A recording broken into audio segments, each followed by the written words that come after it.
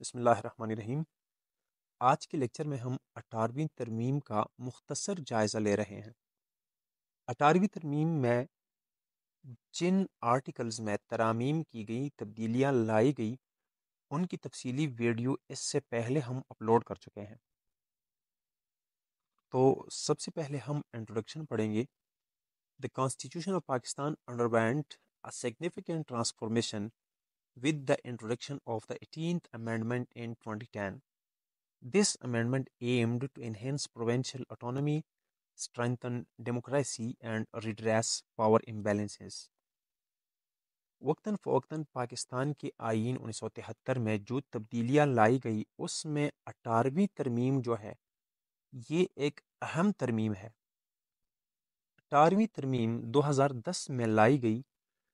اس کا مقصد یہ تھا کہ صوبائی خود مختاری میں اضافہ ہو سکے، ڈیموکریسی یعنی جمہوریت کو تقویت پہنچائی جا سکے، اور پاور کی جو امبیلنسز ہے ان کو ختم کیا جا سکے یا کم کیا جا سکے۔ ہر ادارے کو اور ہر ادارے کے سربراہ کو یا اس کے ذیلی آفیسرز کو اپنی اپنی حد تک اختیارات سونپے جائیں۔ The 18th Amendment brought substantial changes. 18ویں ترمیم نے حقیقی طور پر تبدیلیاں لائی، devolving more powers to the provinces. 18ویں ترمیم کے ذریعے زیادہ تر اختیارات صوبوں کو منتقل کیے گئے۔ It stripped the President of Pakistan of several pivotal powers, transferring them to the Prime Minister and the Parliament, thereby reducing the presidential authority established during military rule. فوجی آمریت کے دور میں زیادہ تر اختیارات صدر کو دیے گئے تھے۔ 18ویں ترمیم کے ذریعے ان اختیارات میں کمی لائی گئی، یعنی کہ صدر پاکستان کے اختیارات میں کمی لائی گئی۔ ان اختیارات کو زیادہ تر پرائم منسٹر، وزیر اعظم اور پارلیمنٹ تک منتقل کیا گیا۔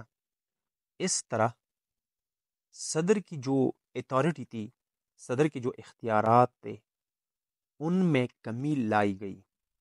Additionally, it restored the parliamentary system to its original form by reinstating the Prime Minister's authority and strengthening the Parliament. مزید یہ کہ 18ویں ترمیم کے ذریعے پارلیمنٹری سسٹم کو اپنی اصلی حالت میں لایا گیا۔ کس طرح؟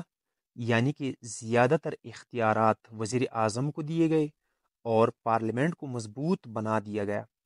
The amendment also increased provincial autonomy by granting provinces more control over their resources. 18ویں ترمیم سے پہلے صوبوں کے ریسورسز پر زیادہ تر اختیارات مرکز کو حاصل تھے، لیکن اس ترمیم کے ذریعے صوبوں کے وسائل کا اختیار صوبوں کو دیا گیا۔ اس طرح صوبوں کو اپنے وسائل کے حوالے سے خود مختار بنایا گیا۔ وہ وسائل کیا تھے؟ Such as oil, gas and minerals, یعنی کہ جس صوبے میں آئل، تیل، معدنی تیل نکلے یا گیس نکلے یا مختلف معدنیات نکلے، اس صوبے کو اس کے استعمال اور اس کے ریونیو کا زیادہ تر حق دیا گیا۔ Another crucial aspect was the alteration in the judiciary, instituting mayors for a more independent and transparent judicial system. 18ویں ترمیم کا ایک اہم پہلو یہ ہے کہ اس کے ذریعے جوڈیشری میں، عدلیہ میں تبدیلی لائی گئی۔ ایسے اقدامات اٹھائے گئے جس کے ذریعے جوڈیشیل سسٹم، عدلیہ کے نظام انڈیپینڈنٹ بنایا گیا، خود مختار بنایا گیا، اور اس میں ٹرانسپیرنسی لائی گئی۔ It introduced significant reforms, including changes in the process of judicial appointments and expanding the powers of the Chief Justice. 18ویں ترمیم کے ذریعے عدلیہ کے نظام میں اہم تبدیلی لائی گئی، جیسے کہ جوڈیشل جو اپائنٹمنٹ ہوتے ہیں، جوڈیشل جو تقرری ہوتی ہے، یا چیف جسٹس کے جو اختیارات ہوتے ہیں، ان کو وسیع تر کیا گیا۔ Furthermore, the 18th Amendment brought modification to the concurrent legislative list, allocating more subjects to the provinces, thus empowering them further. Overall, the 18th Amendment in Pakistan's constitution aimed to bolster democracy by redistributing powers, strengthening provincial autonomy, and reinforcing the parliamentary system. It represented a milestone in the country's constitutional history, striving to ensure a more balanced and democratic governance structure.